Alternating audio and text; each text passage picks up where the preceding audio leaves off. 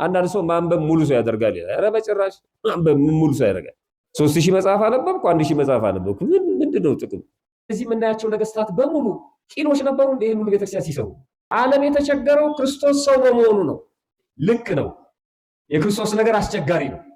የሚገርማችሁ ሌላ ክርስቶስ አለ። እስቲ ለጴንጤው ንገረው። ይሄን በከፍየል መለየት አይንም ጨፍረ ትለየዋል። ቀላል ነው።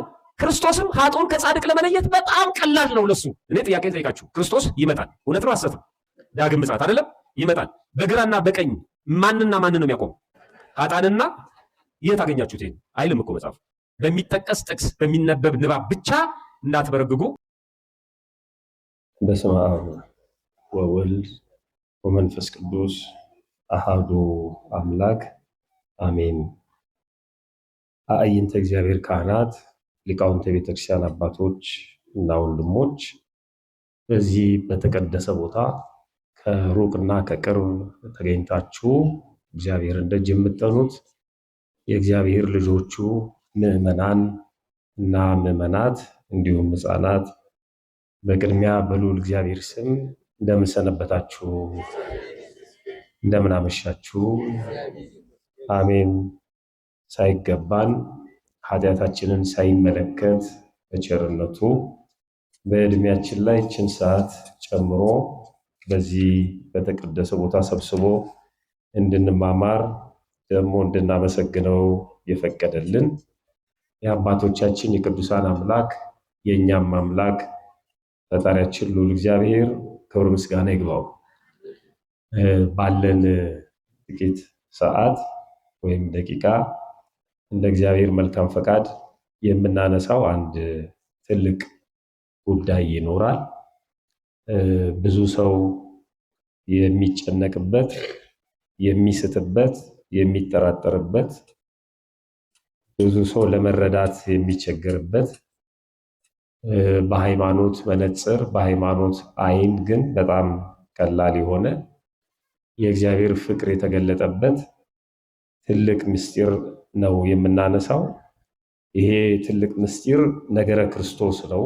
ስለ ክርስቶስ ሰው መሆን፣ ስለ ክርስቶስ አምላክነት፣ ስለ ክርስቶስ የማዳን ስራ ዓለም በራሱ ጫማ በራሱ የእውቀት መጠን እየተመለከተ ከፊሉ እንዴት ይሆናል፣ ከፊሉ ደግሞ ይሄ የሆነው በዚህ ምክንያት ነው እያለ የራሱን ትርጉም እየሰጠ ከቤተ ክርስቲያን ብዙ ሰዎች የሚፈልሱበት፣ በቤተ ክርስቲያን ያሉ ሰዎችም የሚጠራጠሩበት፣ ከቤተ ክርስቲያን በአፋ ያሉ ሰዎች ደግሞ እኛ የምናምነውን ወይም የምናስተምረውን የሚተቹበት ምስጢር ነው እና በጣም አስቸጋሪ ምስጢር ነው። ስለዚህ ስለ ነገረ ክርስቶስ ነው የምንማማረው። ግን ደግሞ ለዚህ ጉባኤ በሚመጥን መልኩ በተወሰነ ደቂቃ እንደው ቢያንስ እኛ ባንረዳው ቤተክርስቲያን ለካ የምታስተምረው እንዲህ ነው ማለት እንድንችል የተወሰኑ ነጥቦችን ነው የምናነሳው። ስለዚህ ጉዳያችን ነገረ ክርስቶስ ይባላል ማለት ነው። ነገረ ክርስቶስ ነው ወይም ምስጢረ ክርስቶስ ነው። ለአማኒውም ለኢአማኒውም በጣም አስቸጋሪ ምስጢር ነው። አማኙ በብዛት በደንብ ሲገልጠው አይታይም። ስለ ክርስቶስ ሰው መሆን፣ ስለ ክርስቶስ ወደዚህ ምድር መምጣት፣ ስለ ክርስቶስ የድህነት ስራ በሚገባ ሲገልጠው አይታይም። የማያምኑ ሰዎች ደግሞ እኛ በትክክል ባለመግለጣችን ባለማስረዳታችን በእምነት ደካሞች በመሆናችን ደግሞ በራሳችን ስንፍና ማለት ነው ብዙ ሊቃውንት እያሉ ማወቅም መጠየቅም መማርም ስንችል በልምድ ብቻ በመመላለሳችን እኛን እየተመለከቱ ለካ የሚያምኑት ዝም ብለው ነው ብለው ለነሱም የሚጸንበት ሁኔታ ነው ያለው። ከብዙ ዓመት በፊት በ1957 ዓመተ ምህረት አለቃ ዘነበ የተባሉ ጸሐፊ መጽሐፈ ጨዋታ የሚል አንድ መጽሐፍ ነበራቸው። ብዙ መጽሐፍ ነው ያላቸው፣ ግን ይህንን በተመለከተ ነው የምናገረው። መጽሐፈ ጨዋታ ይላል። ፈልጋችሁ ብታነቡት ጥሩ ነው። ዝም ብሎ ተራ ቧልትና ፌዝ የያዘ መጽሐፍ ሳይሆን በጫወታ መልክ ወይም ቀለል ባለ መልኩ ምዕመናን በሚረዱበት መልኩ በጣም ረቂቅ የሆነውን ገዘፍ አድርገው በጣም ሩቅ የሆነውን ቀረብ አድርገው የቤተክርስቲያንን ምስጢር የክርስቶስን ነገር የሚናገሩበት ክፍል አለ። መጽሐፈ ጫወታ ይላል። በ1957 ዓ.ም እንደታተመ ይናገራል። እና ስለ ክርስቶስ ሲናገሩ እንደዚህ ይላሉ። የክርስቶስ ነገር እጅግ አስቸገረ ይላሉ። የክርስቶስ ነገር እጅግ አስቸገረ። ያኔ ነው። አሁንም እንደዛው እንደቀጠለ ነው። ብዙ ሰው በቤተ ክርስቲያን 20 ዓመት 25 ዓመት 40 ዓመት ቆይቶ የክርስቶስን ሥጋና ደም እየተቀበለ እያስቀደሰ ኪዳኑን እያደረሰ በምህላው እየተሳተፈ ዝክር ምስክር እያደረገ ጸበል ጸዲቅ እየቆረሰ ያን ያህል ዓመት ኖሮ አንድ ተራ ሰው ኢየሱስ ጌታ ነው ሲለው ሰምቶ ዛሬ ነው ጌታን ያገኘሁት ሲል በጣም ያሳዝናል። በጣም ያሳዝናል። ያ ሁሉ ድካም፣ ያ ሁሉ ሩጫ፣ ያ ሁሉ ልፋት ከልጅነቱ ጀምሮ ክርስትና ተነስቶ አንገቱ ላይ ማተብ ታስሮለት ወደ ቤተክርስቲያን ይሮጥ የነበረው እንዴት ነው ሰው ርስቱን ጉልቱን የማያስከብረው? ማንም ሰው መጥቶ ከርስቱ ሲነቅለው እንዴት ነው ተነቅሎ የሚሄደው? እንደ የአያቶቹ አጽም አይወቅሰው? የአባቶቹ ድካም፣ የአባቶቹ ጥረት። እንደዚህ የምናያቸው ነገስታት በሙሉ ቂሎች ነበሩ። እንደ ይሄን ሁሉ ቤተክርስቲያን ሲሰሩ እግዚአብሔርን አላናገሩትም ነበር ብላችሁ ነው የምታስቡት? ማንም ባልነበረበት ከእግዚአብሔር ጋር ሲኖሩ አብያተ መንግስታትን ብቻ አይደለም አብያተ ክርስቲያናትን ሲያንጹ ደግሞ ክህነትን ከንግስና ይዘው ታቦት እያከበሩ ከዙፋናቸው ተነስተው ሲቀድሱ ሲባርኩ የነበሩ ነገስታትን የምናቅ ሰዎች ዛሬ አንድ ሰው መጥቶ ኢየሱስ ጌታ ነው ስላለ እንዴት ነው ልባችን የሚርደው? እኔ ማቀው በአህያ ቆዳ የተሰራ ቤት ነው ጅብ ሲጮህ ልፍረስ ልፍረስ የሚለው። እንዴት ነው መሰረቷ የማይናጋ በትክክል የተመሰረተች ቤተክርስቲያን ላይ ሆነን ለምንድን ነው የምንርደው? አለማወቅ ነው፣ አለመረዳት ነው። የዛሬው ሰንበት እንደሚነግረን ደግሞ ትንቢት ስላለ ዛሬ ደብረ ዘይት አይደለም ምንድነው የተነገረው ትንቢት እንዲፈጸም ራሱ ክርስቶስ ምን ብሏል? ብዙዎች በስሜ ይመጣሉ፣ አንድ ብዙዎችንም ያስታሉ። ራሱ ክርስቶስ ነው የተናገረው። በክርስቶስ ብዙ ስንት ነው? 10 ነው አይደለም? 10,000 ነው አይደለም? ብዙ ስንት ነው በክርስቶስ አይታወቅም። ግን ብዙዎች ምን ይሆናሉ? ይስታሉ። እኔ በጣም የሚገርመኝ ብዙ ሰው ይስታል ተብሎ ትንቢት ተነግሮ የኛ መትረፍ ራሱ ይገርመኛል። የኛ መትረፍ አለመሳታችን ማለት የእግዚአብሔር ጥበቃ ስለሆነ የሰማዕታቱ የቅዱሳኑ ጥበቃ ስላለ የእግዚአብሔር ቸርነት ስላለ እንጂ ሁሉም ይስታል ተነግሯል በክርስቶስ። ብዙዎች በእኔ ስም ይመጣሉ ነው ያለው። ይኸውላችሁ በማርያም ስም አይመጡ፣ በጊዮርጊስ ስም አይመጡ፣ በገብርኤል ስም አይመጡ። ገብርኤልን ተቀበሉ አይሉ፣ ማርያምን ተቀበላት አይሉ። ማንን ተቀበል ነው የሚሉት? ኢየሱስ። በእኔ ስም ነው ያሉ፣ ወስኖታል። ከዚህ ማለፍ አይቻልም። በስሜ ይመጣሉ ነው ያለው። እግዚአብሔር ይጠብቀን ሁላችንን ነው። ስለዚህ ስለ ክርስቶስ ማወቅ በደንብ አለብን። ማንም ተነስቶ ስለ ክርስቶስ ላስተምር ስለሚል ስለሱ ማወቅ አለብን በደንብ። እግዚአብሔር ጥበቡና ሚስጥሩን ይግለጽልን በእውነት። እና አለቃ ዘንደበ ሲናገሩ የክርስቶስ ነገር እጅግ አስቸገረ፣ ልጅ ስለሆነ ይሆንን? አንድ ጊዜ ተርቤ አላበላችሁኝም ይላል። አንድ ጊዜ 5 እንጀራ ለ5,000 ሰው አብልቶ አትርፎ ያነሳለሁ። እና በጣም ያስቸግራል። ልጅ ስለሆነ ነው ወይ? አሁን የልጅ ነገር እንላለን አይደል? እንዴት ነው የሚያስቸግረው? እሱም ልጅ ነው፣ ለአብ የባህሪ ልጁ ነው። ለእመቤታችን ለቅድስት ድንግል ማርያም ያለ አባት የወለደችው ልጇ ነው። ወልድ ልጅ ተብሏል። ልጅ ስለሆነ ነው ወይ? አዎ። ዓለም የተቸገረው ክርስቶስ ሰው በመሆኑ ነው።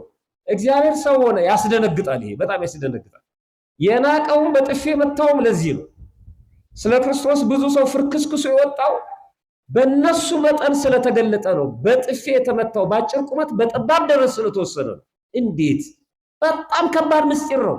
ሌሎቹም በጭራሽ አይወርድም አይወለድም የሚሉት ለዚህ ነው። እግዚአብሔር የሚሳነው ነገር የለም። ይሄንን አይቀበሉትም። እንዴት ተወለደ ይላሉ። እሱን እኔ ምን አቅልላለሁ? ያ የእግዚአብሔር ቸርነት ነው። ያ የእግዚአብሔር ስራው ነው፣ ጥበቡ ነው። ዓለም በጣም የሚጨነቀው በዚህ ነው። አንዴ ተርቤ አላበላችሁኝም ይለናል አለ መጽሐፍ ላይ። አንዴ ደግሞ ከ5000 ሕዝብ በላይ ይመግባል። ተርቤ አላበላችሁኝም የሚል እኮ ለማኝ ነው። ተርቤ አላበላችሁኝም የሚል ሰው እኮ መመገብ የሚችል አይደለም። ከ5000 ሕዝብ በላይ የመገበ ደግሞ ይታያል። ታዲያ ረሃብተኛን በለው መጋቢን በለው በጣም ይከብዳል አሉ።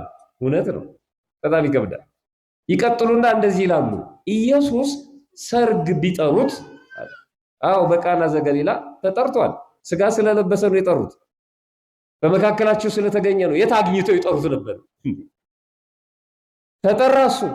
ደቀ መዛሙርቱ ዛሬ እናንተ በቤታችሁ ድግስ ስታዘጋጁ መምህሩን ከዛ ተማሪዎቹንም ይዘው ይምጡ ይላል የድሮስ። ክርስቶስም ተጠራ፣ ደቀ መዛሙርቱም ተጠሩ። የት አግኝተው ጠሩት? እንደነሱ ስጋ ለብሶ በመካከላቸው ስለታየ ማለት እንጂ አይችሉም ነበር። ክርስቶስ ሰርግ ቢጠሩት በቃና ዘገሊላ ይላሉ ጸሐፊው። የሚገርሙ ናቸው አለቃ ዘነበ። ክርስቶስ ሰርግ ቢጠሩት በቃና ዘገሊላ ውሃውን ጠጅ አድርጎ አጠጣ። እውነት ነው ውሸት ነው? እውነት ነው። ውሃውን ጠጅ አድርጎ አጠጣ። በሰው ሰርግ እንደዚህ ከሆነ በራሱ ሰርግማ እንዴት ሊሆን ነው? ተጠርቶ ሰው ሰርግ ላይ ተገኝቶ ውሃውን ወደ ወይን ጠጅ ቀይሮ ካጠጣ በራሱ ሰርግማ እንዴት ሊሆን ነው? ልብ አድርጉ። የክርስቶስ ሰርግ እዚህ ነው የሚፈጸመው። ሰርግ ቤቷ እቺ ነች፣ ቤተ ክርስቲያን ነች። ሰርጉ ደግሶ የሚያበላው ራሱን ነው፣ ስጋውን ቆርሶ ደሙን አፍስሶ። ይሄን ነው የሚሉን ሊቁ። በራሱ ሰርግማ እንዴት ሊሆን ነው አሉና የእግዚአብሔርን ልጅ ሰርግ አይቼ ከድግሱ በልቼ ጠጥቼ ከዚያ ወዳ ምን ነው በሞትኩ ይላሉ። ሞት የማይቀር ከሆነ አይደል ከእግዚአብሔር ልጅ ሰርግ ተጠርቼ ከድግሱ በልቼ ጠጥቼ ወዲያውኑ ብሞት ምን አለበት? አሁን ምን እያሉን ነው? ንስሐ ገብቼ አይደለም ወደ ቤተክርስቲያን መጥቼ ቅዱስ ስጋውን ክቡር ደሙን ተቀብዬ ከዛ ብሞት ምንኛ እድል ነው። እግዚአብሔር ሁላችንም ለዚህ ያብቃን። በእውነት መሞት ካልቀረ አይደል አማሞቴን አሳምርልኝ እኮ ክዶ መሞት መሬት እንኳን አትቀበለውም እኮ። በጣም ከባድ እኮ ነው። በጣም ከባድ ነው። እግዚአብሔር ከዚህ ይሰውረን ሁላችንን። ልክ ነው። የክርስቶስ ነገር አስቸጋሪ ነው። አሁን ጸሐፊው ባሉት ብቻ እንኳን ውለን እናድራለን እሱን በማብራራት። ዓለም በሙሉ የተከፋፈለው በክርስቶስ ምክንያት ነው። ሎቱ ስብሐት ክብር ምስጋና ይግባውና ግማሹ ክርስቶስን ፍጡር ነው ይለዋል፣ ግማሹ ክርስቶስን ነብይ ነው ይለዋል፣ ግማሹ ክርስቶስን የዮሴፍ ልጅ ነው ይለዋል፣ ግማሹ ክርስቶስን አማላጅ ነው ይለዋል፣ ግማሹ ክርስቶስን ትንሹ አምላክ ነው ይለዋል። ምንም አይለዋል ክርስቶስ ማለት። ትልቁ ጉዳይ ክርስቶስ ነው። በጣም አስቸጋሪ ጉዳይ ነው ጉዳዩ። ክርስቶስ አስቸግሮ አይደለም፣ ዓለም መቀበል አቃተው። የክርስቶስን ነገር መቀበል አቃተው። ሁሉም ክርስቶስን ልስበክ ይላል። ከኪሱ የሚያወጣው ሌላ ክርስቶስ አለው ሰው የሚሰብከው ሌላ ክርስቶስ ከሚታወቀው ክርስቶስ ውጪ። ይህን ድምፅ የሚሰሙ ሌሎችም ቢሆኑ እንዲሰሙ ፈልጋለሁ። የትኛውን ክርስቶስ ማለት አለብን? የቱን? የሚገርማችሁ ሌላ ክርስቶስ አለ መጽሐፍ ቅዱስ ላይ ታውቃላችሁ። ይሄን ሌላ ክርስቶስ እንዳለ ሌላ ክርስቶስ አለ። ሌላ የሚል ቃል ካለ ከዋናው ውጪ ነው ማለት ነው። ሌላም አለኝ ካለ አንድ ሰው ተጨማሪ ነው የሚሆነው ማለት ነው። ሌላ ክርስቶስ ይላል መጽሐፍ ቅዱስ። ሐዋርያው ቅዱስ ጳውሎስ በቆሮንቶስ መልእክቱ ሁለተኛ ቆሮንቶስ ምዕራፍ 11 ቁጥር 4 ላይ እንዲህ ብሎ ጽፎልናል። ሶስት ነገሮችን ነው የነገረን። የሚመጣው አሁን አንድ ሰው ቢመጣ ወደ እናንተ አለ ቢመጣ የሚመጣው ያልሰበክነውን እኛ ያልሰበክነውን ሌላ ኢየሱስ ቢሰብካል። የሚገርም ቃል። ከየትም ይምጣ፣ ከጀርመንም ይምጣ፣ ከጣሊያንም ይምጣ፣ እንደኔ ከአዲስ አበባም ይምጣ፣ ከሰሜንም ይምጣ፣ ከምንም መጥቶ እኛ ያልሰበክነውን ሌላ ኢየሱስ አለ ቅዱስ ጳውሎስ እኮ ቢሰብክላችሁ ይኸው ሰዎች መተው ሌላ ኢየሱስ ነው እየሰበኩልን ያሉ መተው ማለት ነው። ከሩቅ ሀገር መተው፣ ከሩቅ ቦታ መተው፣ ምዕራባውያኑ አውሮፓውያኑ ብዙ ሀገር ዘለው ክርስቶስን የማያውቁ ሀገሮችን ዘለው ኢትዮጵያ ውስጥ ለምን ተፈልጎ ነው? እኛ ክርስቶስን እነሱ እንደሚሉት ከማወቅ በላይ እየበላ ነው ክርስቶስን ቅዱስ ሥጋውን ክቡር ደሙን ፈትታ እየሰጠችን። ዓርብ የምንጾመው በክርስቶስ ምክንያት ነው ስለተሰቀለ። ረቡዕ የምንጾመው ስለተፈረደበት ነው። አብይ ጾም በክርስቶስ ምክንያት ነው። ስለ ክርስቶስ ደግሞ ቤተክርስቲያን የማትሰብክበት ጊዜ አለ እንዴ? መስቀሉ የክርስቶስ ነው፣ የይሁዳ አይደለም። በካህኑ እጅ ያለው መስቀል የክርስቶስ ነው። በካህኑ ራስ ላይ ያለው ጥምጥምና አክሊል የክርስቶስ የሸዋ አክሊል ምሳሌ ነው። ስለ ክርስቶስ ተናግራ አትጠግብም። የለበሰችውን የምትበላውን ክርስቶስ የምትሰብከውን ክርስቶስ አታውቅም ማለት ድፍረት አይሆንም? በጭራሽ ስለ ክርስቶስ ያልተሰበከላቸው ሀገሮች አሉ። የዓረቡን ዓለም ለምን ዘለውት መጡ? የፈለጉት ጉዳይ አለ። ይኸውላችሁ እርድ ሲታረድ ከሰማይ አሞራዎች ከምድር ደግሞ የድመትና ውሻ መንደሩን ያስጨንቀዋል አይደለም? በጣም ነው የሚያስጨንቀው። እናቶች ቢላ ሲያፏጩ ሮጦ የሚመጡ ድመቶች አሉ። ቢላ እኮ ነው ወይ ሽንኩርት ለመክተፍ ሊሆን ይችላል። ለምደውታል። አየህ ድመቶቹ ቢላ ከተፏጨ የሆነ ነገር አለ ማለት ነው ይላል። አሞራው ያልሻብባል። ይኸውልህ ምዕራባውያን ጦርነት ሲኖር፣ ረሃብ ሲኖር፣ እርስ በርስ መከፋፈል ሲኖር ይመቻቸዋል። እንደ ድመትና አሞራ ይመጣሉ። ረሃቡን ይጠቀሙበታል፣ ጦርነቱን ይጠቀሙበታል። ሀገር እዚህ ደረጃ ላይ ስትሆን አሁን ነው መግባት ይላሉ። ብትንትናችንን ያውጡናል ብሏል አምላካችንም። ይሄ ይሆናል፣ ረሃብም ይሆናል፣ ጦርነትም ይሆናል። ግን ይሄ ሁሉ የምጥ ጋር መጀመሪያ ነው። ዳሩ ግን ማንም እንዳያስታችሁ ተጠንቀቁ ብሏል። ሰው ስለ ረሃቡ እንዴት ሃይማኖቱን ይቀይራል? መጠንቀቅ አለበት እንጂ አደራ አምላኬ በረሃብ ምክንያት እንዳላጣ ማለት አለበት እንጂ። ከባድ ነው። ስለሚመቻቸው ነው። ሌላ አጀንዳ ያለው። ሌሎቹ ፕሮግራም ይሰራሉ፣ እነሱ ደግሞ ወንጌል ጨብጠው ይመጣሉ። በጣም የሚያሳዝን ነው። በእርዳታ ስም ሰው ሲቸገር መስጠት እንጂ። የኛ ፍትሐ ነገሥት ምን ይላል? የሚገርም እኮ ነው። የኛ ቤተክርስቲያን አስተምሮ አንድ ሰው ራበኝ ካለ ይላል። ራበኝ ካላችሁ ሃይማኖት ምንድነው? ዘር ምንድነው? አመለካከት፣ ፖለቲካዊ አመለካከት ምንድነው? ጾታ ምንድነው? አትበሉ። ራበኝ ላለ ሰው ሁሉ ቁራሽ ስጡት ነው የሚለው ቤተክርስቲያናችን። ይሄን የምታስተምረው እነሱ ግን ራበኝ ስትለው አንገት ላይ ያለውን ማተብ በጥስ ይላል። በረሃብ ይቀልዳል ማለት ነው። ክርስቶስ ይሄን አላደረገም። የተራቡትን መግቧል። ሃይማኖታችሁን ቀይሩ አላላቸው። ካስተማርኳችሁ በኋላ ነው ማበላችሁ፣ መጀመሪያ ተቀበሉኝ አላለም በጭራሽ። ረሃብ አይቀለድም። እርዳታ ሰጪ ድርጅት ሃይማኖትን መሰረት አያደርግም። ነውር ነው፣ በጣም ነውር ነው። እናንተም ስትሰጡ ሃይማኖት አታዩ። ለራበው ሰው ቁራሽ ነው የሚሰጠው። ፕሮጀክት ሰርቶ ሲመጣ ነው። ይሄን ፕሮጀክት ለመጨረስ 50 ሺህ ብር ያስፈልገኛል። ምንድነው ፕሮጀክቱ? እዛ ጊዜ ነው መመርመር ያለብን። ሃይማኖቴን የሚነካ ከሆነ፣ ባህሌን የሚነካ ከሆነ፣ ሀገሬን የሚጎዳ ከሆነ ያን ፕሮጀክት አልደግፍም። ለራበው ሰው ግን ቁራሽ መስጠት ነው። ስለዚህ ሌላ ሰው ቢመጣ አለ ቅዱስ ጳውሎስ፣ እኔ እቤታችሁ በደንብ አድርጋችሁ አንብቡት፣ ለጥፉት ግድግዳችሁ ላይ እንደው በጨነቃችሁ ጊዜ እዩት። ሁለተኛ ቆሮንቶስ ምዕራፍ ስንት ነው ያልኳችሁ? 11። እስቲ በሉልኝ። ሁለተኛ ቆሮንቶስ ምዕራፍ ስንት? 11። ሁለተኛ ቆሮንቶስ ምዕራፍ 11 ቁጥር 4 የሚመጣው ያልሰበክነውን ሌላ ኢየሱስ ቢሰብክ ወይም ያላገኛችሁትን ልዩ መንፈስ ወይም ያልተቀበላችሁትን ልዩ ወንጌል ብታገኙ ታገሱ ይላል። ከኛ እውነቱን እስክታገኙ ድረስ ታገሱ፣ በትምህርታችሁ ታገሱ። ሌላ ኢየሱስ፣ በጣም የሚገርም እኮ ነው። መጽሐፍ ቅዱስ ነው የሚለው። ሌላ ኢየሱስ ቢሰብክላችሁ ተጠንቀቁ። ሌላ መንፈስ ይዤ መጣሁ ቢል ተጠንቀቁ። ሌላ መንፈስ አለ፣ ሌላ ኢየሱስ አለ፣ ሌላ ወንጌል አለ። ሌላ ኢየሱስ ፍጡር የሚሉት፣ አማላጅ የሚሉት፣ ነብይ የሚሉት እሱ ሌላ ኢየሱስ ነው ወዳጅ። የኛ ኢየሱስ አምላክ ነው፣ የባህሪ አምላክ ነው፣ የዓለም መድኃኒት ነው፣ የአብ የባህሪ ልጁ ነው፣ ከሶስቱ አንዱ ነው። አብ ወልድ መንፈስ ቅዱስ የምንለው እግዚአብሔር ነው፣ የእግዚአብሔር ልጅ ነው። ሌላ ወንጌል አለ፣ ሸቀጣ ሸቀጥ የሞላበት ወንጌል። ትክክለኛ ወንጌል ቤተክርስቲያን የምትሰብከው ወንጌል ነው። ሌላ መንፈስ አለ፣ ከእግዚአብሔር ጋር የሚያገናኝ መንፈስ አለ። በጫማ ጥፊ መትቼ ልፈውስህ እችላለሁ የሚል መንፈስም አለ። የሚያስለፈልፍ መንፈስ አለ። አረፋ የሚያስደፍቅ መንፈስ አለ። የሚናገረውን የማይተረጉም መንፈስ አለ። ሌላ መንፈስ አለ። ወዳጅ እነዚህ ሶስቱ ከመጡ ተጠንቀቁ ይላል።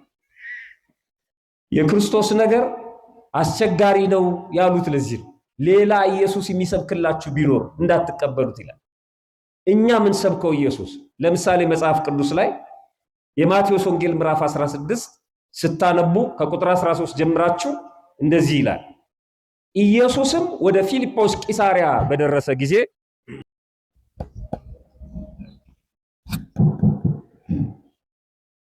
የማቴዎስ ወንጌል ምዕራፍ 16 ቁጥር 13 ጀምሮ ስታነቡ ኢየሱስም ወደ ፊልጶስ ቂሳሪያ ሀገር በደረሰ ጊዜ ደቀ መዛሙርቱን ሰዎች የሰውን ልጅ ማን እንደሆነ ይሉታል ብሎ ጠየቀ ይላል።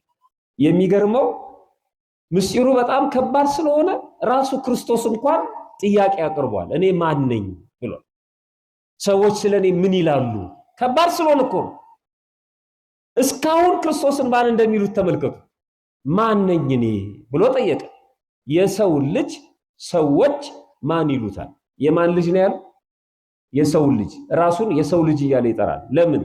ምትሃት አለመሆኑን ለማጠየቅ ለማስረዳት፣ በትክክል የኛን ስጋ መልበሱን ለማስረዳት፣ ሰው የሆነ አምላክ መሆኑን ለመግለጽ የሰው ልጅ እኔን ሰዎች ማን እንደሆንኩ ይላሉ ብሎ ጠየቀ። ደቀ መዛሙርቱ መለሱ።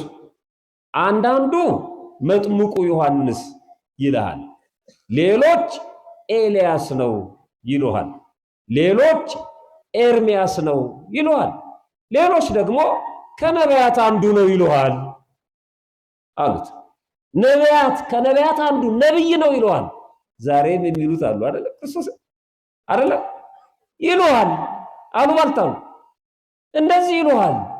አሃ ነው አለ ክርስቶስ። እናንተስ እኔን ማን ትላላችሁ? ከባዱ እሱ ነው። የወላይ መናፍቃን እንዲህ ይላሉ፣ ፕሮቴስቱ እንደዚህ ይላል፣ አሕዛብ እንዲህ ይላሉ እናላለን። እናንተስ ክርስቶስን ማን እንደሆነ ትሉታላችሁ? ይሄ ከባድ ጥያቄ ነው። ሐዋርያት አልመለሱትም። እንዴ ቅዱስ ጴጥሮስ እኮ መልሶታል ትሉ ይሆናል። አልመለሰውም። ቅዱስ ጴጥሮስ አልመለሰውም። ይሄን የገለጠልን ስጋና ደም አይደለም ብሎታል። ማን የገለጠልህ አለው? ሰማያዊ አባቴ ነው። የእግዚአብሔርን ጉባኤ እግዚአብሔር ስለማይተው ያለ መንፈስ ቅዱስ ባዶ ስለማይሆን በመካከላችን ሁልጊዜ ሁለቱም ሶስት ሆናችሁ በስሜ ከተሰባሰባችሁ እኔ በዚያ በመካከላችሁ እገኛለሁ ያለ አምላክ በዛ ጉባኤ ስለነበረ መልስ ሲያጥራቸው ራሱ ጠይቆ ራሱ መለሰ። እንደዚህ ነው የሚያኖረን እኛን። ራሱ ነው የሚያስተምረው፣ ራሱ ነው የሚማረው። በሚማሩትም አድሮ ይማራል፣ እንዲማሩ ያደርጋል። በሚናገረውም አድሮ እንዲናገር ያደርጋል ራሱ እግዚአብሔር እንጂ ቢተውንማ ስብሰባው እኮ በአንድ ጊዜ የቀበሌ ስብሰባ ነበር የሚሆነው። አንድም ሰው እንዲህ ርግጥ ብሎ አይማርም። ተንጫጭተን ነበር የምንሄደው። እግዚአብሔር ቢተውነው ስላለ ነው። ሁላችንም የተለያየ አመለካከት የተለያየ ሁኔታ ውስጥ ነው ያለነው። ግን ቤተክርስቲያን ስንመጣስ አንድ ሆነን እንሰማለን። እግዚአብሔር ጋር ቸርነቱ በጣም የሚገርም እኮ ነው። ሁሉን ነገር ትተን እግዚአብሔር ይህንን መንፈሳዊ ውሰድብን። በእውነት ቤተክርስቲያናችንን ይጠብቅልን። አንድ የምታደርገን ቤተክርስቲያን መተን የምናለቅስባት፣ ሌላ ቦታ ተባልተን እዚህ አንድ እንሆናለን። የሚገርም እኮ ነው። ዓለምም የማይፈልገው ይሄንን ነው። ቤተክርስቲያንን የሚመታት ለዚህ ነው። ሰይጣን አንዱ መደበቂያ ይሄ ስለሆነ የፍቅር፣ የሰላም፣ የአንድነት፣ የመስማማት ቦታ ስለሆነች ይሄንን አይፈልገውም። ሰይጣን አይፈልገውም። መጠንቀቅ አለብን።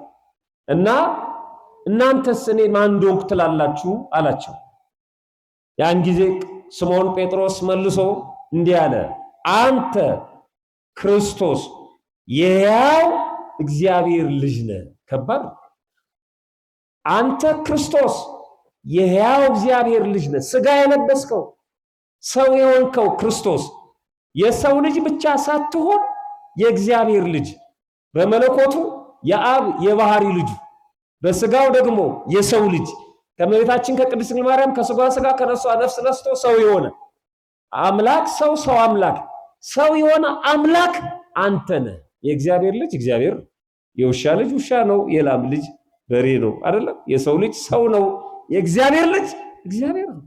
አንተ እግዚአብሔር ነህ ብሎ መሰከረለት።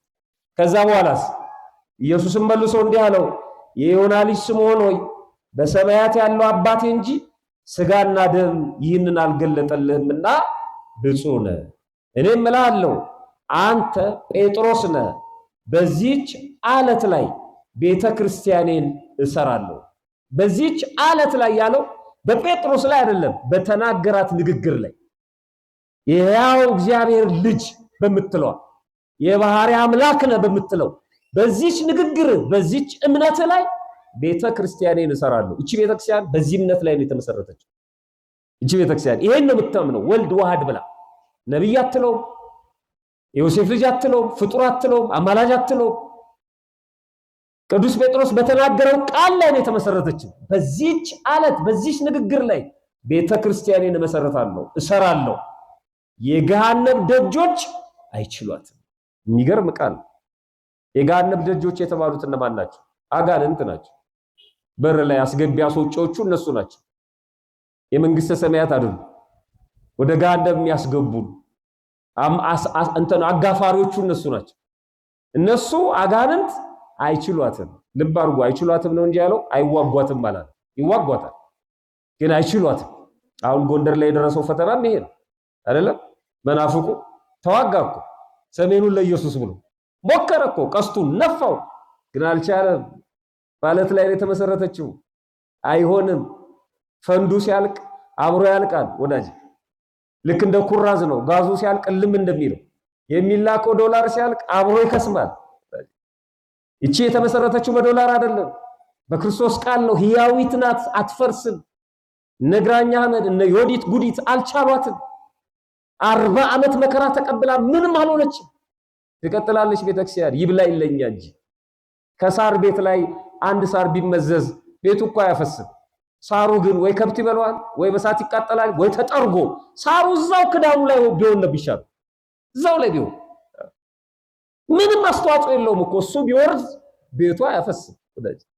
ብዙ ሰው እንደ ሳሩ ሊሄድ ይችላል። የሰው መጥፋት ሳያሳስበን ቀርቶ አይደለም፣ ግን ቤተክርስቲያን ምንም አትሆንም፣ ምንም አትሆንም። እንኳን አይደለም አንድ ምዕመን፣ ለምን ትልልቆቹ አይሄዱ? ትልልቆቹ ሊቃውንት ነን የሚሉ ለምን አይሄዱ? አይሄዱም እንጂ እንደሱ ምንም አትሆንም ቤተክርስቲያን።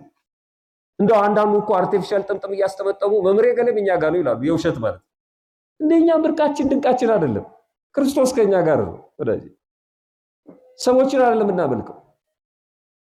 በማህበራዊ ሚዲያም ያደረጉት ይሄንን ነው። ብዙ ለማሳየት ተሞክሯል። ምንም ንቅንቅ ያለ የለም። ምንም እነዛም ሰዎች የተሰጣቸውን በልተው ጠጥተው ይመጣሉ። ችግር የለውም። ሰው ለመብላት ነው የሚሄደው። እንደ ሆቴል በልቶ ይመጣል። ለነፍሱ የሚፈልገው ነገር አያገኝማ። የለም እዛ ውስጥ ነፍሱ አትረካም። ይሄ የምትሰሙት ቃል እግዚአብሔር የለም፣ በጭራሽ በፍጹም የለም። የገሃነም ደጆች አይችሏትም አለው። የመንግስተ ሰማያትን መክፈቻ እሰጥሃለሁ። እንዲህ ብላ በምታመን ቤተክርስቲያን ነው የመንግስተ ሰማያት መክፈቻ ያለው። የመንግስተ ሰማያትን መክፈቻ እሰጥሃለሁ። በምድር የምታስረው ሁሉ በሰማይ የታሰረ ይሆናል፣ በምድር የምትፈታው ሁሉ በሰማያት የተፈታ ይሆናል። ምንድነው የሚያስረውና የሚፈታው? ጭራሮ ነው አይደለም። የኃጢአት እስራት እንደው አንተ ስትፈታ በሰማይ ይፈታል፣ አንተ ስታስር በሰማይ ይታሰራል። ይሄን ቃል የትም አናገኘውም፣ እዚህች ቤተክርስቲያን ነው የምናገኘው። እኛ እንደ ቅዱስ ጴጥሮስ ነው የምናምነው። ቤተክርስቲያናችን ቅዱስ ጴጥሮስ የመሰከረውን ምስክርነት ተቀብላ የምትመሰክር፣ በዚህ ምስክርነቷ የገሃነም ደጆች የሚዋጓት ግን የማይችሏት ናት። ስለ ክርስቶስ ይሄ ቃል ብቻ በቂ ነው። ይሄንን ክርስቶስን ነው የምናምነው። ምዕራባውያኑ ለምንድን ነው ከዚህ ትምህርት የወጡት? እሱ ጥሩ ነው፣ እሱን ማወቅ። ለምንድን ነው አውሮፓውያን ለምንድን ነው ፕሮቴስቱ ዓለም ከዚህ ትምህርት የተንሸራተተው? ለምንድን ነው? እነዚህ ችግራቸው መጽሐፍ ቅዱስን በንባብ ብቻ ለመረዳት መሞከራቸው። በማንበብ ብቻ አንብበው ዝም ብለህ ስታነበው በቂ ነው። በማንበብ ብቻ መረዳት በጣም ከባድ ነው፣ አይሆንም። ማንበብ ብቻውን አንዳንድ ሰው ማንበብ ሙሉ ሰው ያደርጋል ይላል። ኧረ በጭራሽ ማንበብ ሙሉ ሰው ያደርጋል።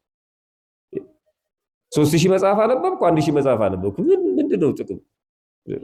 ያነበብከው ነው አፕላይ የምታደርገው የነውሾውን ፍልስፍና አንብበ ራስን የምትገል ከሆነ ዋጋር ያዊት ለባዊት ነባቢት ነፍስ ያለው ሰው አንብቦ ካላገናዘበ የሚጠቅመውን ከማይጠቅመው ካለየ ምን ጥቅም አለው?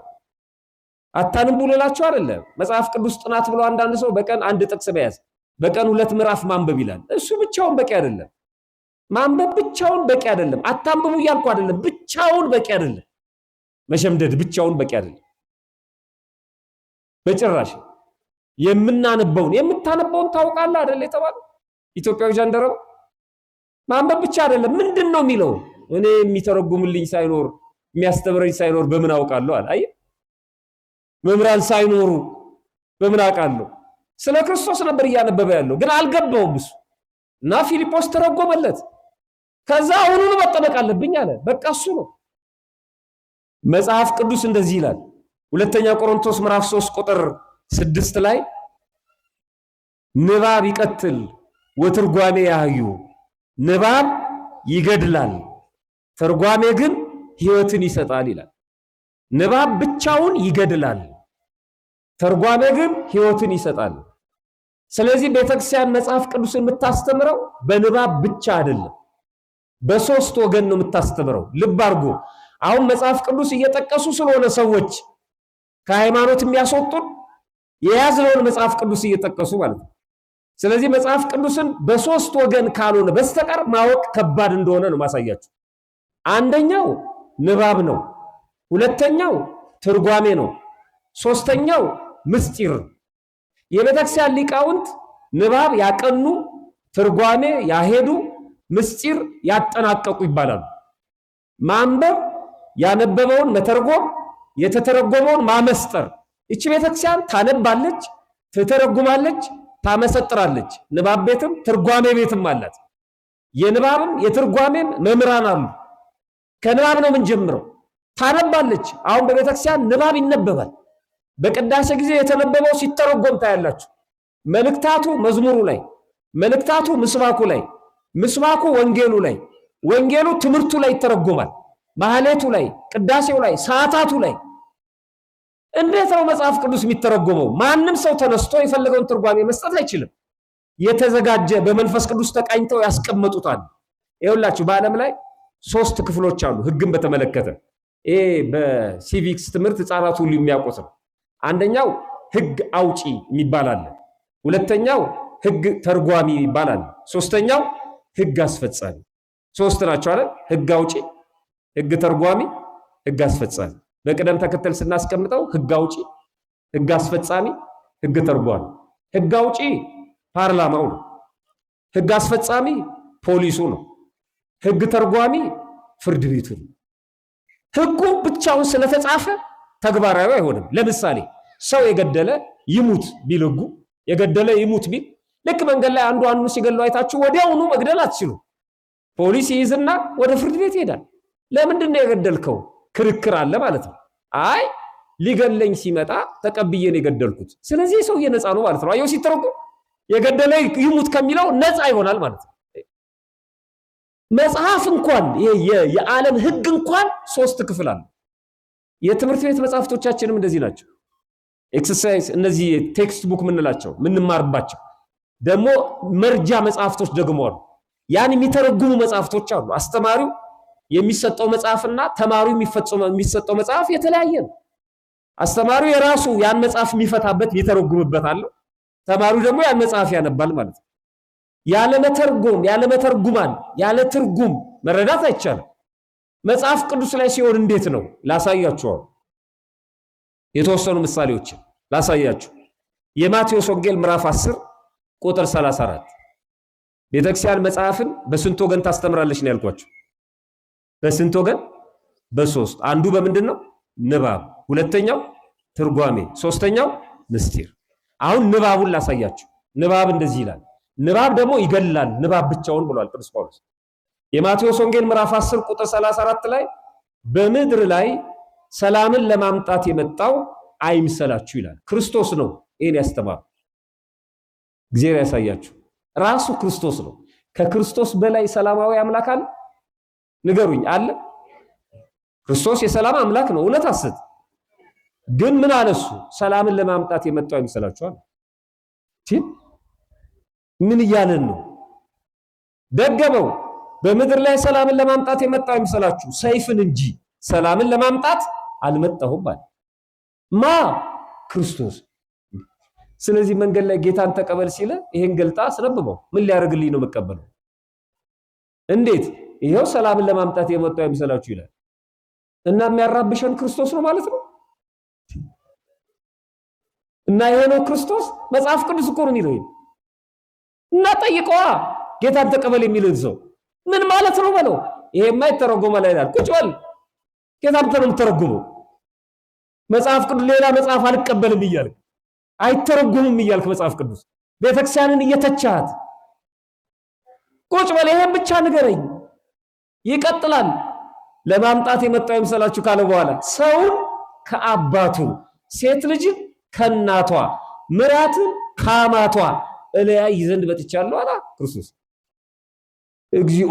ምን አይነት ትምህርት ነው ይሄ? ይሄ ንባብ ነው። ይሄን ከያዝክ ትሞታለህ። ዳዊት ቅዱስ ጳውሎስ እንደነገረ ንባብ ምን ያደርጋል ብሏል?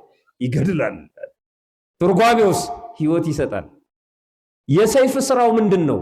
አንድን ነገር ለሁለት መክፈል አይደለም? ሰይፍ ያለው ክርስቶስ ትምህርቱን ራሱን ነው። አንድን ነገር ሰይፍ ለሁለት እንደሚከፍለው በእኔ ምክንያት ትለያያላችሁ። ምን ብላችሁ? እናንተ አምላክ ነው ስትሉ ሌላው ደግሞ ነብይ ነው ይላል። አየ እናንተ አምላክ ነው ስትሉኝ ሌላው ፍጡር ነው ይላል። እናንተ ተማላጅ ነው ስትሉ ሌላው አማላጅ ይላል። ስለዚህ ትለያያላችሁ። ቁጭ አርጎታል። ሰይፍን ብሎ ሰውን ከአባቱ አለ። አሁን ሰይፍ አንድን ሰው ለሁለት ይከፍላል እንጂ ሁለትን ሰው ለሁለት የሚከፍል ሰይፍ አለ? እንዳይታችሁ ታውቃላችሁ? እነዚህን ሁለት ሰዎች በሰይፍ ልክፈላቸው ይባላል? መጀመሪያ ተከፍለዋል እኮ እነሱ። ይሄን ሰውዬ በሰይፍ ልክፈለው ነው የሚለው። ክርስቶስ እኮ አንድን ሰው ልከፍለው መጥቻለሁ አላለም። ሰውን ከአባቱ ነው ያለው። አይ ሰውን ከአባቱ የሚከፍል ሰይፍ ክርስቶስ ነው። በምን? በእምነቱ። ልጅና አባት እኮ ተለያይተዋል። እናትና አባት ተለያይተዋል። በማ ምክንያት? በክርስቶስ። ዞር በል በክርስቶስማ ድርድር የለም ብለው። እኔ እኮ ምጦርነ እየጦርኩ ነው፣ ጌታን ተቀበል፣ ሂድ ከዚህ። አንተን ሳሳድግ ያረሳኝ እግዚአብሔር ደግሞ አሁን ይረሳኛል እንዴ? በክርስቶስ ምክንያት ተለያይተዋል። መቃብሬ ላይ እንዳትቆም ተባሉ። አየ ይሄን ያለን ክርስቶስ። ይሄ ትርጓሜ ነው። ሚስጥሩ ይሄ ነው። ሌላ ጥቅስ ልጨምርላችሁ። በንባብ ብቻ ከሄደን እንዴት እንደምንስት መጽሐፈ መክብብ ምዕራፍ 11 ቁጥር 1 ላይ እንጀራህን በውሃ ፊት ጣለው ከብዙ ቀን በኋላ ታገኘዋለህ ይላል። ምንህን ያለው? የሚገርም እኮ ነው። የት ጣለው አለ? ውሃ ላይ። ከዛስ ሂድ። ከዛ በኋላስ ከብዙ ቀን በኋላ ናና ታገኘዋለህ። እስቲ ወንድ የሆነ ይሄንን ያድርግ። አው ንገረው ለፕሮቴስቱ።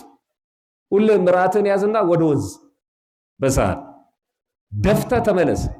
ብትፈልግ ከሳምንት በኋላ ብትፈልግ ከ15 ቀን በኋላ ተመልሰና እንጀራን ፈልገው። መጽሐፍ ነው ያለው። መጽሐፍ ደግሞ እውነት ነው። ይሄ ንባብ ነው። ንባብ ነው ይሄ። መተርጎም አይቻልም ተብሏል። እንዲህ አይነት ጅልነት የለም። ይሄ ማለት ምን ማለት ነው? እኔ ሳላበላሸው ትርጉሙን ውሃ የተባለው ምንድነው? እንጀራን በውሃ ላይ ድፋው። እንደውም እኮ እንጀራ ውሃ ውስጥ ከገባ እኮ አይገኝ በጭራሽ። ምን ይገኛል? ይሄ ማለት ምን ማለት ነው? ራሱ ክርስቶስ ይሄን በተመለከተ ያስተማረውን ትምህርት በሐዲስ ኪዳን አምጥቼ ላሳያችሁ። የሉቃስ ወንጌል ምዕራፍ 14 ላይ ከቁጥር 12 ጀምራችሁ ስታነቡ አንድ ጋባዥ የተሰጠው መመሪያ ነው። ለአንድ ጋባዥ ድግስ ደግሶ ለሚጋብዝ ሰው ክርስቶስ ያስተማረው ትምህርት ነው። እንዲህ ይላል። የጠራውን ሰው እንዲህ አለው፣ ምሳ ወይም እራት ባደረክ ጊዜ እነሱ ደግሞ በተራቸው ምናልባት እንዳይጠሩ ብድራትም እንዳይመልሱልህ ወዳጆችህንና ወንድሞችህን ዘመዶችህንም ባለጠጎችንም ጎረቤቶችህንም አትጥራ ድግስ ባደረክ ጊዜ። ነገር ግን ግብዣ ባደረክ ጊዜ ድሆችንና ጉንዱሾችን አንካሶችንና እውሮችን ጥራ። የሚመልሱት ብድራት የላቸውም። አንተ ስላበላሃቸው አያበሉህም። ነጭ እንጀራ ስለሰጣቸው አይሰጡህም። እንጀራ በዶሮ ወጥ ስለሰጣቸው አይሰጡህም። አትጠብቅ። የሚመልሱልህ ብድራት የላቸውም። ብፁዕ ትሆናለህ፣ በጻድቃን ትንሣኤ ይመለስልሃል። አይገርምም? ስለዚህ አሁን እንጀራ የተባለው እንጀራ ነው። ውሃ የተባለው ምንድን ነው? የድሆች ከርስ ሆድ። ድፋው እዛ ውሃ ውስጥ የድሆች ሆድ ውስጥ ድፋው። አሁን አታገኘውም፣ ከብዙ ቀን በኋላ ታገኘዋለህ ማለት በትንሣኤ ጊዜ እኔ እከፍልሃለሁ። እቺ ቤት እንዴት ነው ከዚህች ቤት ምን ኮበልለው? እንዴት ነው ከዚህች ቤተ ክርስቲያን የምንሄደው? እንዴት ነው የት ነው መጽሐፍ ቅዱስ የምንማረው? እንደዚህ ነው የምታስተምረው ቤተክርስቲያን መጽሐፍ ቅዱስ። መጽሐፍ ቅዱስ አይን ብታሰናክል አውጥተህ ጣላት ይላል። ይላል አይልም? ይላል። እግርህ ብታሰናክል ቆርጠህ ጣላት፣ እጅህ ብታሰናክልም ቁረጥና ጣል ይላል መጽሐፍ ቅዱስ። እግዚኦ! አሁን አይኑ ያላሰናክለው ሰው አለ? በአይኑ መጥፎ ነገር ያላየ እና ምን ትጠብቃላችሁ? ለምን አላወጣችሁትም እስከዛሬ? አዎ መድኃኒዓለም ማረን እያልን ነው አሉ እናታችን። ግን ንባብ ይላል። እስቲ ለጴንጤው ንገረው፣ ይሄን አይነ አልሰናኩላ አያውቅም? አይነ እጅ ለምን አልቆረጥከው? አይ ትርጓሜው ሊቃውንት አይን የተባለች ሚስት ናት ይላል። አዎ ሚስት አይን ናት። ለአይን ሁሉ ነገር እንደሚገለጥ እንደሚታይ ለሚስትም የሚደበቅ ነገር የለም። ባል ከእናት ከአባቱ የሰወረውን አካሉን ለሚስቱ አይደብቅም ይላል። የዘንድሮ ባል ግን እንደሱ አይደለም ማለት። ለሚስት የማይነገር ለባል የማይነገር አለ። የተፈራረሙ ይመስል ሴቶቹ ይሉታል። የሴት ልጅ ምን አይነገርም ነው የሚሉት? የሴት ልጅ እድሜ፣ የወንድ ልጅ ደሞዝ። የት ነው የተስማማችሁት? ውጫሌ ላይ ነው? በክርስትና እንዲህ አይነት ነገር አይሰራም ወዳጅ። በክርስትና የለም። ሁሉም ግልጽ ነው። ደሞዝ ግልጽ ነው ወዳጅ። ከሚስት ምንም የሚሰወር የለም። በአይን የተመሰለች ሚስት ናት።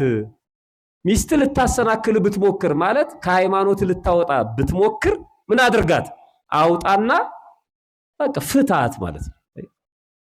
ሁለት አይን ሆነ ገሃነም ከምትገባ አንድ አይና ሆነ መንግስተ ሰማያት ብትገባ ይሻላል ማለት።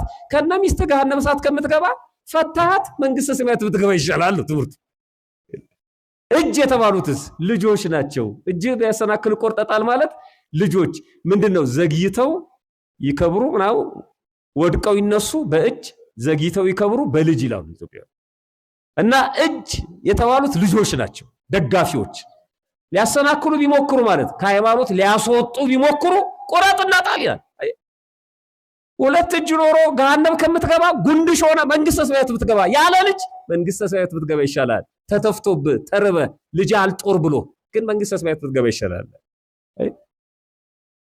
የቀረው እግር ነው። እግር ደግሞ ዘመዶች ናቸው፣ ቤተሰቦች ናቸው። እነዚህም ቢያሰናክሉ ቆርጠታል። ግን በቁሙ የፈጸሙ አሉ። ስምዖን ጫማ ሰፊው አይኑ ሊያሰናክሉ ሲሞክር አወጣው። ስምዖን አባታችን አንዲት ሴት ጫማ ልታሰራ መጣች። እሱ ቀን ቀን ጫማ ይሰራል፣ ማታ ማታ የሰራውን ይመጸውታል። ድሃ መስሎ ግን ቅዱስ ነው።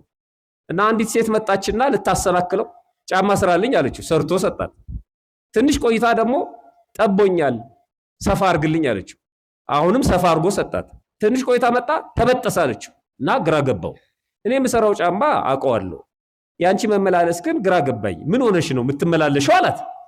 ወድጄ ነው አለችው። እግዚኦ! ለጫማ ሰፊ እኮ ይሄ ሎተሪ ነው። ለአንድ ሊስትሮ አንዲት ውብ ሴት ወድጄ ነው ብትለው ወደ ኋላ ሁሉ ሊወድቅ ይችላል። ድሃ መስሎ ወድጄ ነው ስትለው ገባው ፈተና መሆኑ። እኔን አላት። እኔ ጫማ ሰፊውን? አዎ። እኔን ደግሞ ምንን ነው የምትወጂው አላት። የእውነት ያናገራት መስሏት ምንን ነው? ሁለመናህን፣ ሁለመና በተለይ አይኖችህ አለችው። አይኔን ትወጂዋለሽ? አዎ። በሚሰዋው ወስፌ ውጥት አድርጎ እንጂ አላት ይላል። ወይ ቅዱሳን በእውነት አሁን እነዚህ አባቶቻችን የሰበኩትን ክርስቶስ አንድ ወጠጤ ተነስቶ ጌታን ተቀበል ብሎ ሰውን ከቤተ መቅደስ ያወጣዋል። አያለማወቅ በእውነት አያለመረዳት። እንዲህ አይነት ቅዱሳን ያሉባት ቤተክርስቲያን። እነዚህ እኮ ዓለም አቀፍ ቅዱሳን ናቸው። ደነገጠች ይላል። አይኑን አውጥቶ ሰጣት። ደነገጠች። ላይ የነበረው የዝሙት መንፈስ ትቷት ሄደ ይላል። ከዛ ታሪኩን ቀጥሉት። እኔ አላነብም። አሁን ወደዛ ሄደ። በቁሙ የፈጸሙት አሉ፣ ግን ለኛ ግን ትርጉሙ ይሄ ነው። አንድ ልጨምር። የማቴዎስ ወንጌል ምዕራፍ 25 ይሄ ደግሞ በጣም የሚገርም ነው። ክርስቶስ ይመጣል። የዛሬው ሰንበት የሚነግረን እሱን ነው። የሰው ልጅ በክብሩ በሚመጣበት ጊዜ ከእርሱ ጋር ቅዱሳን መላእክት ሁሉ በዚያም በክብሩ ዙፋን ይቀመጣል ይላል። የሰው ልጅ እያለ ራሱን ይጠራል። ነግራቸዋለሁ። ክርስቶስ ነው። ስጋ መልበሱን ለማጠየቅ ፍጹም ስጋ መልበሱን ሰው መሆኑን ለማጠየቅ እመጣለሁ እያለ ነው። ከዛ በኋላስ አሕዛብ ሁሉ በፊቱ ይሰበሰባሉ። እረኛ በጎቹን ከፍየሎቹ እንደሚለይ እርስ በርስ ይለያቸዋል አለ። እርስ በርስ ይለያቸዋል። እረኛ በጎቹን ከፍየሎቹ ለመለየት በጣም ቀላል ነው። በግን ከበግና ፍየልን ከፍየል ለመለየት ነው ጥበብ የሚጠይቀው። በግ ከፍየል መለየት አይንም ጨፍነህ ትለየዋል። ቀላል ነው። ክርስቶስም ኃጥኡን ከጻድቅ ለመለየት በጣም ቀላል ነው። ለሱ በጣም ቀላል ነው። ምንም መቀላቀል አይቻልም። ኃጥእና ጻድቅ አንድ ላይ ተቀላቅሎ አይነሳም በፍጹም። ምንም ተስፋ የለም። አሁኑኑ ኃጢአትን ማራገፍ ነው በንስሐ። እሱን ነው የሚነግረን። ፍየሎቹን ከበጎቹ እንደሚለይ እርስ በርስ ይለያቸዋል። ከዛስ በጎቹን በቀኙ ፍየሎቹን በግራው ያቆማቸዋል ይላል። ከዛስ ፍየሎቹን እናንት ርጉማን ከኔ ወግዱ ይላል። በጎቹንስ እናንት ብሩካን ኑ ዓለም ከተፈጠረ ጊዜ ጀምሮ ያዘጋጀውላችሁን መንግስቱ ረሱ ይላል። እኔ ጥያቄ ልጠይቃችሁ። ክርስቶስ ይመጣል። እውነት ነው ሐሰት ነው? ዳግም ምጽአት አይደለም? ይመጣል። በግራና በቀኝ ማንና ማንን ነው የሚያቆመው? ንገሩኝ በደንብ። ኃጥአንና የት አገኛችሁት? ይሄን አይልም እኮ መጽሐፉ አይልም። አየው። ስለዚህ ይሄን ጌታን ተቀበል የሚልን ሰው ሄደ ክርስቶስ ይመጣል። አዎ ምን ሊያደርግ? ሊፈርድብን። የት አለ? አምጣና አሳየኝ። ፍየልና በግ። ሂድ ፍየሏን ስበካት።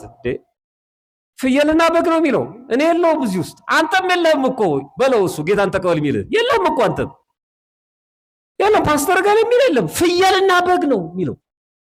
ስለዚህ የሚያዋጣን ምንድን ነው? መጽሐፍ ቅዱስ ይዘን ሄደን ፍየሏ ጋር በግራ እንደምትቆሚ ታውቂያለሽ። ፍየሏን ማለት በቀኝ ለመቆም አትሞክሪም፣ በግ ለመሆን አትሞክሪም ብለህ ስበካት።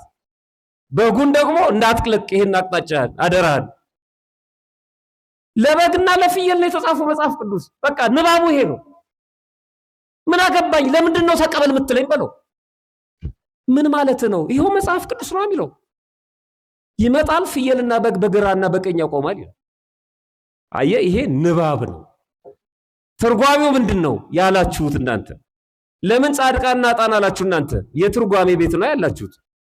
የትርጓሜ መምህራን ናቸው ያስተማሯችሁ። ከየት አገኛችሁት? የትርጓሜ ተማሪዎች ስለሆናችሁ ነው። ካለዛማ ከሰርን እኮ። መጽሐፍ ቅዱስን ማስቀመጥ ነው ያለብን። አሁን ባነበብናቸው ንባቦች በሙሉ መጽሐፍ ቅዱስ የሚነበብ አይደለም። ከሰርን ማለት ነው።